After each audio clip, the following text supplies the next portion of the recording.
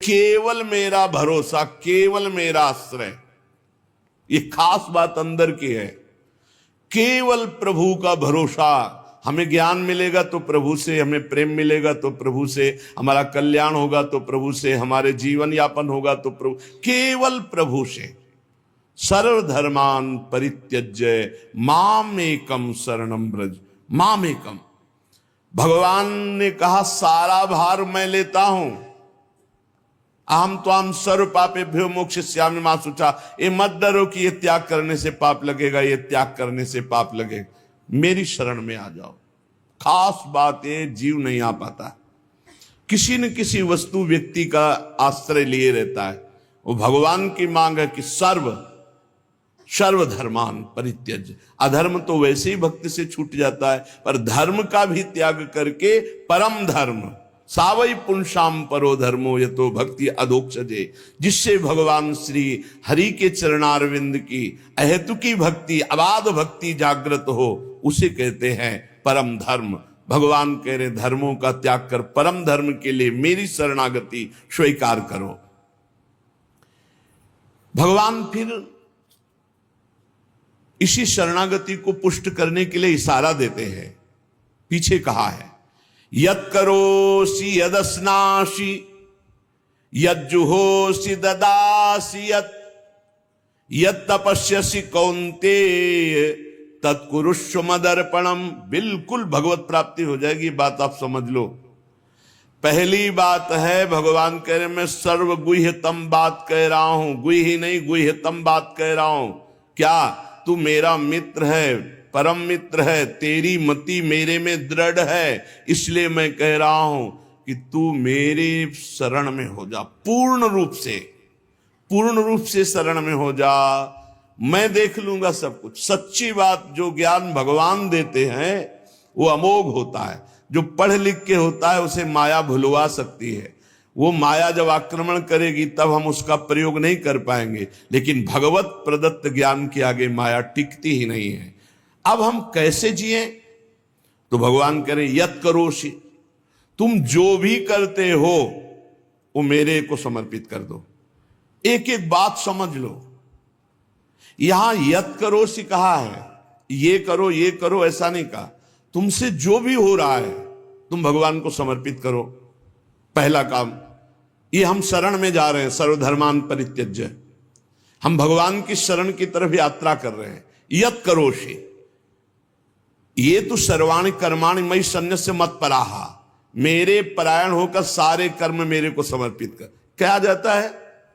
तुम जो कर रहे हो, ऑफिस जा रहे हो, नौकरी कर रहे हो, किसानी कर रहे हो, व्यापार कर रहे हो, 8-10 घंटे जो कर रहे हो उसमें बीच बीच में भगवत स्मरण करो और पूरे 8 घंटे भगवान को समर्पित कर दो। कितना बढ़िया साधना बन रही। और जब भगवान को समर्पित करने की बात रहेगी तो स्मृति रहेगी भगवान की। यत् करोषि, तुम सारे के सारे कार्य मेरे को समर्पित कर दो। यत् माने जो कर रहे हो। तो क्या उसमें पापाचरण भी होता है क्या? तो क्या भगवान के लक्ष्य रखने वाले उपासक में पाप वासना वाली बातें रहती हैं क्या? इसका मतलब सत्संग सुना नहीं, इसका मतलब सतमार्ग में भी तुम्हारा प्रवेश नहीं हुआ। नहीं तो ये प्रश्न ही नहीं उठता कि भगवत मार्ग में चलने वाले का कदम कुमार्ग में चला जाएगा। भूल न देहि कुमार्ग पाऊं। छोटी मोटी अगर कभी कोई त्रुटि गलती हुई तो पश्चाताप की अग्नि में भस्म हो जाता है। वो भगवान को समर्पित गंदे आचरण नहीं करता, वो प्रार्थना करता है, प्रभु ये त्रुटि हो गई हमसे, हे नाथ इसको संभाल दो, मेरे बस की बात नहीं। वो भी इस तरह से प्रार्थना पूर्वक समर्पित है। यत् करोषि और यदस्नासि, जो भी तुम्हारी जिह्वा में रसेंद्री में जाए, पानी जाए, भोजन जाए, बिना भगवान को अर्पित किए नहीं जाना चाहिए। अभी शरणागति पुष्ट हो जाएगी। जो भी कार्य करो भगवत समर्पित करो। एक स्थिति आती है जहां भगवत समर्पित करना नहीं पड़ता, स्वयं होता रहता है। वो होता है तन, मन, वाणी और अहम, इनका समर्पण जिनका हो चुका है पूर्ण रूप से। अब उनका यह नहीं होता कृष्णार्पणमस्तु, ये तो प्रारंभिक। पर ये जब तक स्थिति नहीं है तब तक प्रारंभिक दशा में ही हो। हर समय भगवदाकार स्थिति, कौन किसको समर्पण करे, ये स्थिति जब तक नहीं तब तक सिद्ध बनने की कोशिश न करे। आचरण जैसा आज्ञा हो रही शास्त्र की वैसे चले तो स्थिति आ जाएगी। यदश्नाशे, बिना भगवान को अर्पित किए कुछ नहीं खाना। भगवान आदेश करें जो पा रहे हो वो मेरे को अर्पित करो पहले। यदि शुद्ध शरणागति प्राप्त करना है तो जो कर्म कर रहे हो पहले, ये तो सर्वाणि कर्माणि भगवान कह रहे हैं, यत करोषि, जो कर रहे हो मेरे को अर्पित करो। जो खा रहे हो वो मेरे को अर्पित करो। कुछ भी ऐसा खाओ मती जो भगवान को अर्पित नहीं कर सकते, ऐसा करो मती जो भगवान को अर्पित नहीं कर सकते। यज्जुहोषि, अब जो भी तुम भागवतिक आचरण करते हो, हवन यज्ञ आदि, तो बोले हम तो हवन नहीं करते, हम तो यज्ञ नहीं करते। तो यज्ञानाम जप यज्ञोस्मि, यज्ञों में सबसे बड़ी यज्ञ है जप यज्ञ। तो आप जो ये जप यज्ञ कर रहे हैं ये भगवान को अर्पित करो। भगवान कह रहे हैं ददासी, जो तुम दान देते हो, दूसरों की सेवा करते हो, उसके भोक्ता मत बनो, कर्ता मत बनो। कर्ता कैसे नहीं बनोगे? हमारी वस्तु हम दान देते हैं, नहीं नहीं, प्रभु की वस्तु है। त्वदीयम वस्तु गोविंदम तुभ्यमेव समर्पय, आपकी दी हुई वस्तु आप इस रूप में आए, आपको दे दिया। ये भगवत शरणागति पुष्ट होने का उपाय भगवान कह रहे हैं। यत तपस्यसि, जो तुम साधना कर रहे हो, जो तुम तपस्या कर रहे हो, वो सब मेरे को अर्पित कर दो। अर्थात तुम्हारी पूरे जीवन की, पूरे दिन की जितनी चेष्टाएं हैं सब भगवद अर्पित होनी चाहिए। इससे तुम्हारी शरणागति पुष्ट हो जाएगी। यत करोसि यदस्नासि यज्जुहोसि ददासि यत तपस्यसि कौन्तेय तत्कुरुष्व मदर्पणम, मेरे को अर्पित कर दो। अब ध्यान रखना, अब अपनी कमी की चिंता नहीं करनी, क्योंकि हमने भगवान को सब कुछ अर्पित कर, और कमी रहेगी नहीं। कमी रहती है अहंकार के कारण, भगवत विमुक्ता के कारण। फिर भी आपको संतुष्ट करने के लिए कह रहे हैं कि जैसे हम अपना मकान किसी को दे देते हैं, तो मकान में जाले लगे हैं या टूटा है या कुछ भी बिगड़ा है, अब ये सारी जिम्मेवारी जिसने मकान खरीद लिया, ले लिया, उसकी होती है। वो मरम्मत करवाएगा, वो सफाई करवाएगा। ऐसे ही हम अपने तन को, अपने मन को, अपने प्राणों को, अपने जीवन को जीवननाथ प्रिया प्रीतम के चरणों में समर्पित कर दिया। अब हमको बेपरवाह रहना है इस विषय से। अब हमारा क्या होगा हमको ये चिंता नहीं करनी। अगर चिंता है तो शरणागति नहीं हुई, अगर ये चिंता है कि मेरा क्या होगा तो शरणागति नहीं हुई। सोचो, संसार में कोई तुम्हें प्यार नहीं करता, मान लो बात। जो प्रिया जो प्यार करके अपने महल में रखे, सुविधाओं के द्वारा तुम्हारा भरण पोषण कर रहे, तुम उनके प्रति रोना नहीं आता? उनके प्रति तुम्हें ये गुस्सा आता है कि ये प्रतिकूलता क्यों दे दी, हमारी ये अनुकूलता की बात थी, अनुकूलता क्यों नहीं दी? अरे जिनसे तुम अनुकूलता की आशा करते थे वो तो तुम्हें देखना नहीं चाहते, अंतर की बात तुम्हें बता रहे।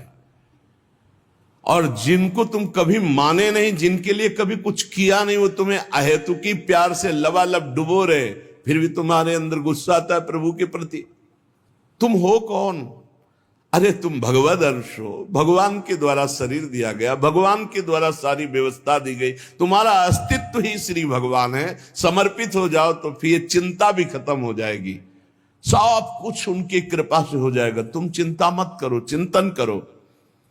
भगवान हमें मोक्ष दे दे, भगवान हमें स्वर्ग दे दे, भगवान हमें अनुकूलता दे दे, भगवान हमें अमुक वस्तु दे दे, ऐसा सोचने वाला समर्पण नहीं हुआ, अभी शरणागत नहीं हुआ। सर्व समर्पण में ये सोच ही नहीं रह जाती।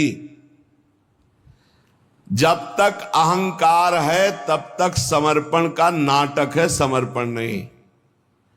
अहंकार है वहां सर्व समर्पण नहीं है।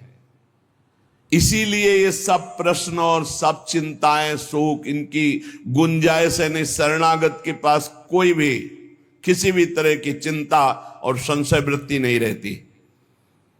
सर्व समर्पण हो जाने पर अब जिम्मेवारी भगवान की है, हमारी नहीं। हमारा केवल कर्तव्य भगवान का आदेश पालन करना।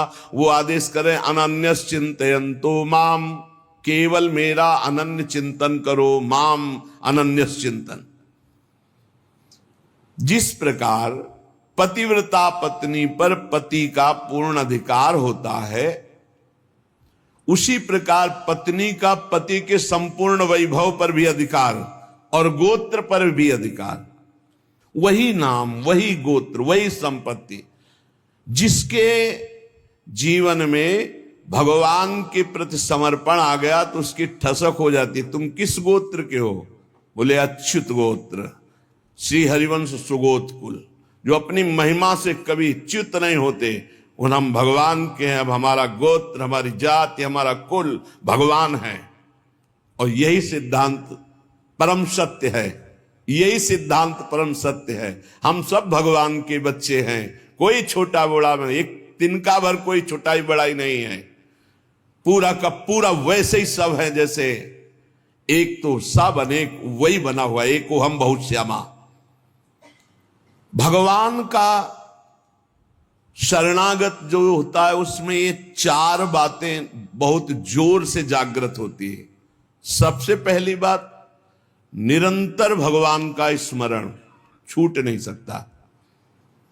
नींद आई तो सुसुप्ति में चला गया, जरा भी जागृत हुआ तो मंत्र चल रहा है, नाम चल रहा है, चलाना नहीं पड़ता। क्यों? शरणागत है। थोड़े दिन अभ्यास कर लो, ऐसा होने लगेगा। देखो इतने लोग बैठे हैं, आप सो के उठते हो तो आपका पहला चिंतन क्या होता है? क्या मंत्र होता है? भगवान का नाम प्रियालाल आते हैं आपके चिंतन में? क्या आता है चिंतन? पहला चिंतन। अगर पहला चिंतन प्रभु है तो शरणागति पुष्ट हो रही। सो के उठे, चल क्या रहा है? अगर प्रभु नहीं तो अभी शरणागति नहीं। पहला लक्षण। हमें लगता है कि आप लोग अनुभव किए होंगे, आप लोग शरणागत हैं कि आप जब सो के उठे तो आपका मंत्र चल रहा है, नाम चल रहा है, चतुरासी जी का कोई पद चल रहा है, या फिर ये चिंतन चल रहा है, राधा राधा राधा, चलो जल्दी स्नान करके फिर सत्संग में चलना है। फिर ये भागवतिक चिंतन, हमें लगता है कि ये दूसरी कोटि का चिंतन होगा, चलो स्नान करते हैं फिर। ऐसा पहला चिंतन होगा श्री जी का। ऐसा होता है? आप लोग देखिए, ऐसा होता है कि आप सो के उठे, आपका चिंतन श्री जी का चालू है? पक्का? आप लोग देख लीजिए।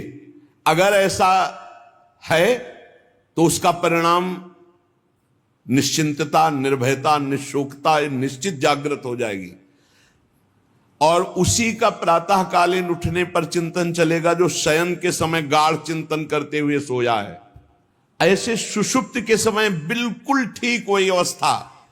अगर आप जो चिंतन कर रहे हैं तो जगते ही वही चिंतन आएगा ये। और अगर जीवन भर भजन किए हो तो मरते समय वही चिंतन आएगा पक्का। जैसे जगते समय ऐसे मरते समय।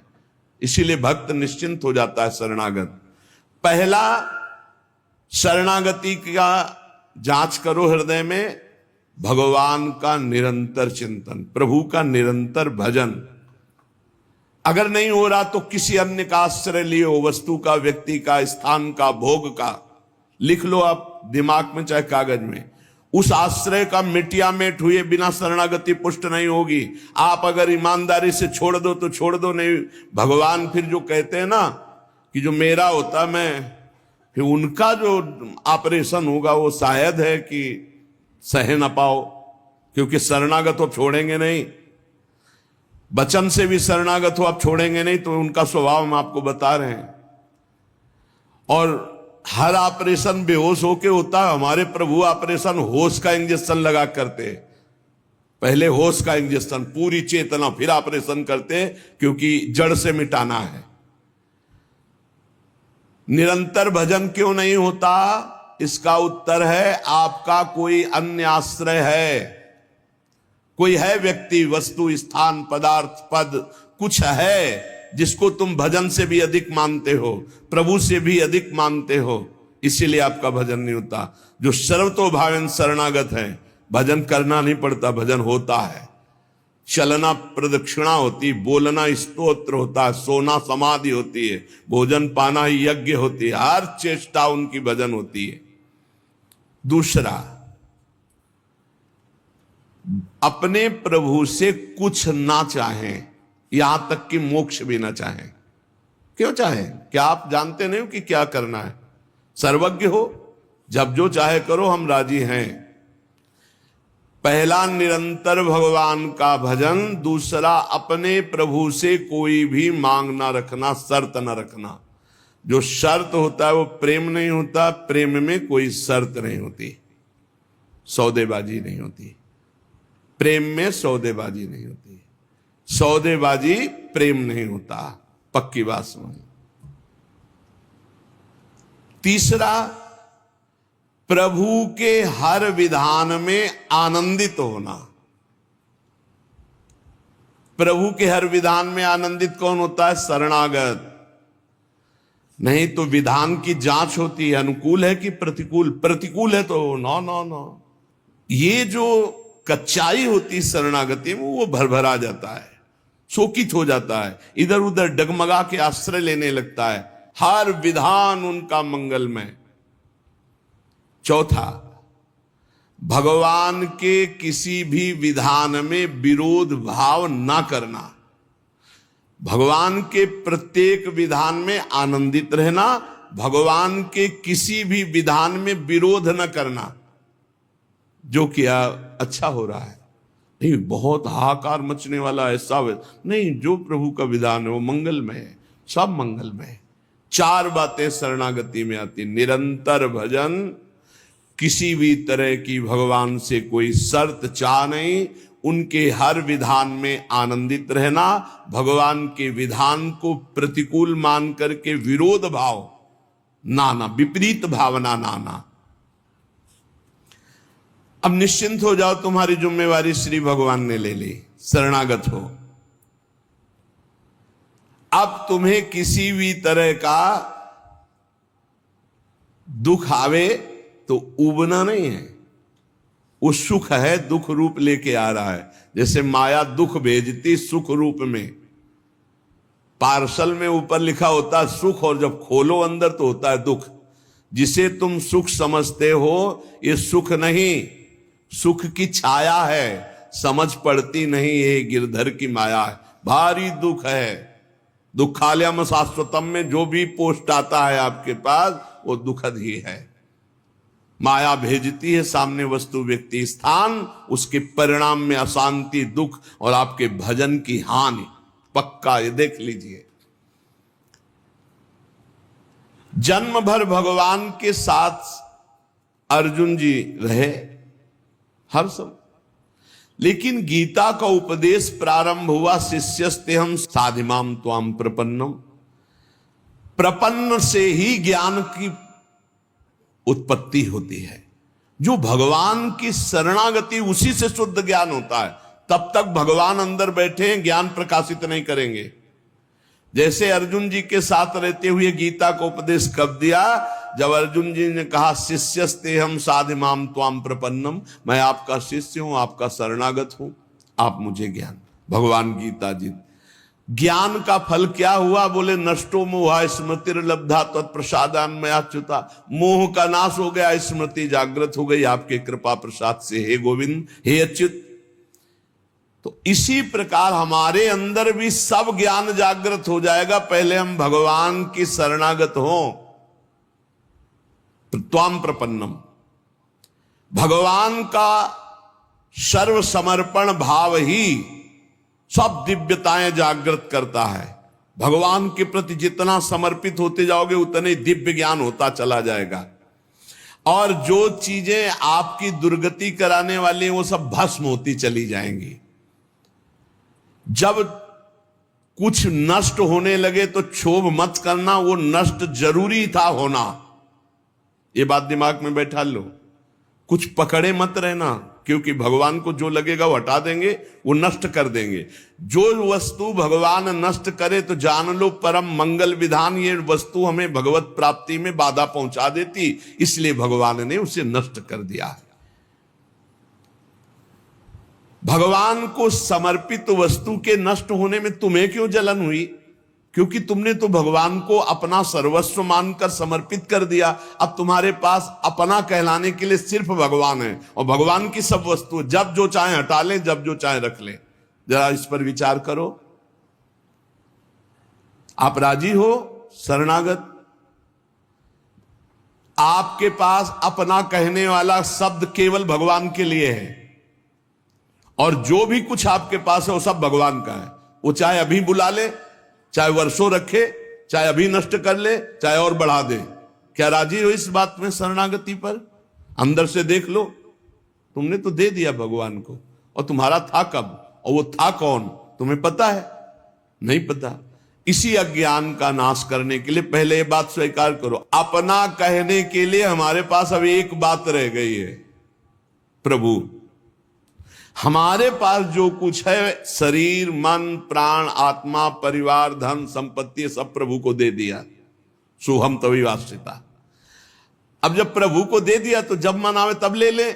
जैसे हम अपने घर की कोई वस्तु किसी को दे दिया, वो कह रहा है रखे रहो, हम ले लेंगे।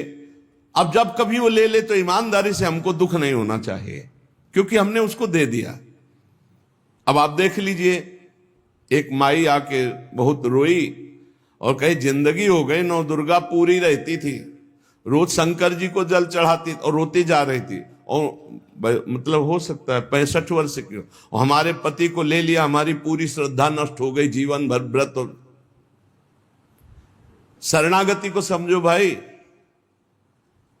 बहुत आनंद आ जाएगा आपके पास। अगर आप भगवत मार्ग में चल रहे हैं, शरणागत हैं, तो आपके पास अपना कहने के लिए अब कुछ नहीं बचा, वो केवल श्री भगवान है। मेरे तो गिरधर गोपाल, दूसरों न कोई। अब दूसरी जो कुछ भी है, वस्तु, व्यक्ति, स्थान, वो गोविंद का है। जब चाहे गोविंद ले ले, जब चाहे बढ़ा दे, जब चाहे घटा दे, जब चाहे नष्ट कर दे, तुम्हें दुख नहीं होना चाहिए। अगर दुख होता है तो अभी शरणागत नहीं हो। कितनी ऊंची स्थिति शरणागत की है। अब जो जीवन में प्रभु का शरणागत है, उसका पहला लक्षण कि निरंतर स्मरण करता है, तो अंत काल में भगवान का स्मरण होगा। अभी आपको बताया, जो रात्रि में सोते समय स्मरण करता है, उसका परिणाम जागते समय वही स्मरण। जो जीवन भर स्मरण करता है, तो अंतिम समय भगवत स्मरण होता है। और भगवान का वचन है, अंत काले च मामेव स्मरन मुक्त्वा कलेवरम यह प्रयात समद्भावम याति नास्त्यत्र संशयः। जो जीवन भर भजन करता है, उसका अंतिम समय भजन भगवान करवाते हैं, क्योंकि बड़ी दुखद स्थिति होती है। उस समय जब भगवत स्मरण करते हुए शरीर त्यागता है, तो वो सीधे भगवान को प्राप्त हो जाता है।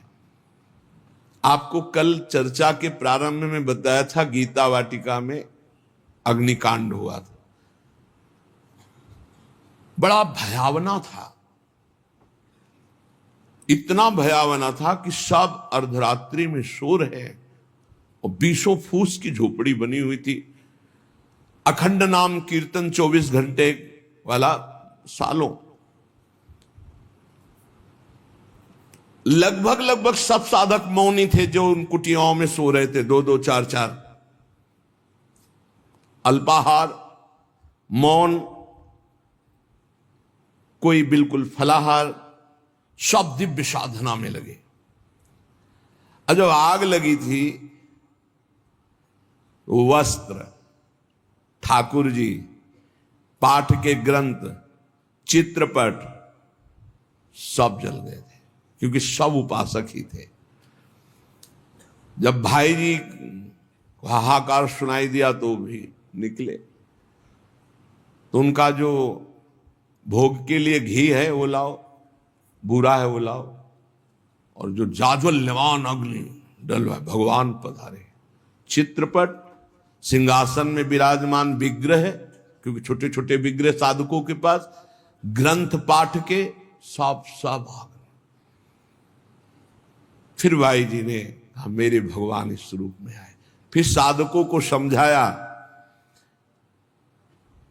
कि आपके अंदर बैठे हुए भगवान को अग्नि नहीं जला सकते, बाहर की लीला में खंडन मंडन होगा। आपने जो अंदर नाम चला रखा है, इस उपासना को कोई छू नहीं सकता। बाहर की उपासना में विघ्न पड़ेगा। बाहर की लीला एक अलग है, इसीलिए उपासक अंतर्मुखता पर प्रधानता रहे। अंतर्मुखता पर प्रधानता नहीं रहेगी, बोले हमारे भगवान गिर गए, कोई बहुत अनिष्ट होने वाला है, आग लग गई, कोई बहुत अनिष्ट। अरे अनिष्ट कैसे हो सकता है? मंगल भवन की शरण में अनिष्ट हो सकता है? बोले कोई विनाश लीला होगी, तो क्यों नहीं होगी? सृष्टि रचना लीला होती, पालन लीला होती, तो विनाश लीला होना कौन सा भयावह है भाई? 3 लीलाएं हैं, तो भयावह क्या है इसमें? विनाश होगा तो क्या विनाश होगा? अविनाशी का विनाश नहीं हो सकता, विनाशी को बचना नहीं है, तो आज है नहीं तो कल विनाश तो होना ही है, क्या परेशानी है? जब सब में भगवान को देखने की भावना ऐसी जागृत हो जाए कि भयावह स्थिति में भी आपको भगवान दिखाई दे, तो जानो बहुत जन्मों की साधना सिद्ध हो गई। भाई जी ने बूरा और घी डलवाया, इसमें लिखा है बूरा और घी डलवाया, भगवान आए, भगवान आए। बहुनाम जन्मनाम अन्ते ज्ञानवान माम प्रपद्यते वासुदेवा सर्वमिति सा महात्मा सुदुर्लभा। भगवान कहते हैं बहुत जन्मों की साधना जिनकी हो गई है और जिनका अंतिम जन्म है, उनको इस तत्व का बोध होता है कि सब में भगवान वासुदेव है, ये बोध होता है। ऐसा महात्मा बड़ा दुर्लभ है जो सब में भगवान को देखता है। मत्ता पर तरम नान्यत किंचिदस्ति धनंजय मई सर्वमिदं प्रोतम सूत्रे मणिगणायु। भगवान कहते हैं जैसे सूत की माला में सूत की मणियां, तो मणियां और माला सब कुछ सूत ही है, ऐसे ही भगवान में ये जगत भगवान में है। भगवान के सिवा मत्ता पर तरम नान्यत, मेरे सिवा कुछ अलग नहीं है। मैं ऐसे हूं जैसे सूत और सूत की मणियां,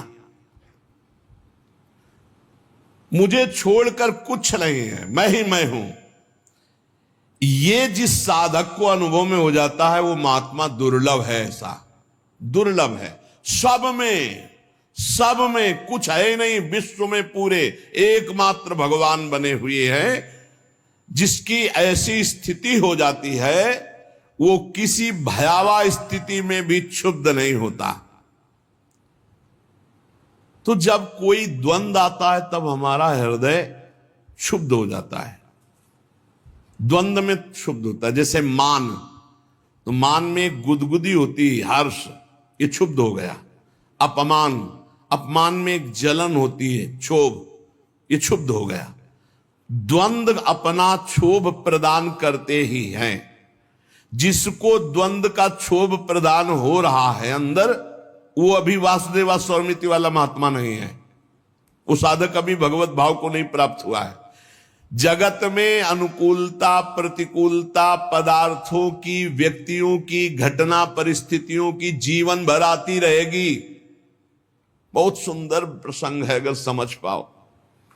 जगत में अनुकूलता प्रतिकूलता वस्तुओं की, व्यक्तियों की, परिस्थितियों की, घटनाओं की आती रहेगी। कभी अनुकूल घटना, कभी प्रतिकूल, कभी अनुकूल परिस्थिति, कभी प्रतिकूल, कभी अनुकूल व्यक्ति, कभी प्रतिकूल, कभी अनुकूल वस्तु, कभी प्रतिकूल। अनुकूल की चाह नहीं, प्रतिकूल के नाश की चाह नहीं। वो है वासुदेवा स्वरमिति महात्मा।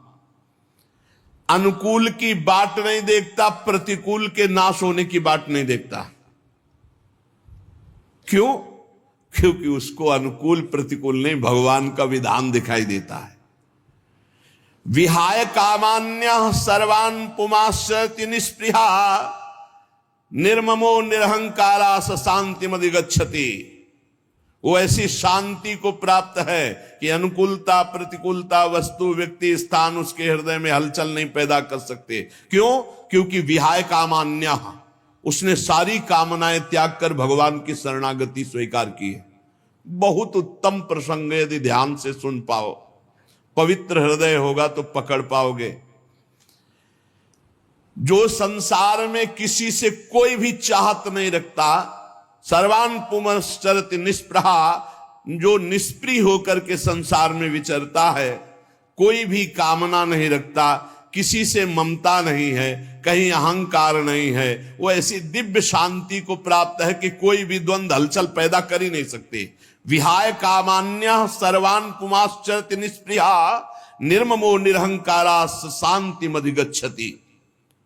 भगवान को सर्वत्र देखने के लिए उपासक को ये जन्म और ये साधना मिली है, और जो सर्वत्र देखता है उसको कहीं भी भयावा नहीं नजर आता, अपना प्रभु दिखाई देता है।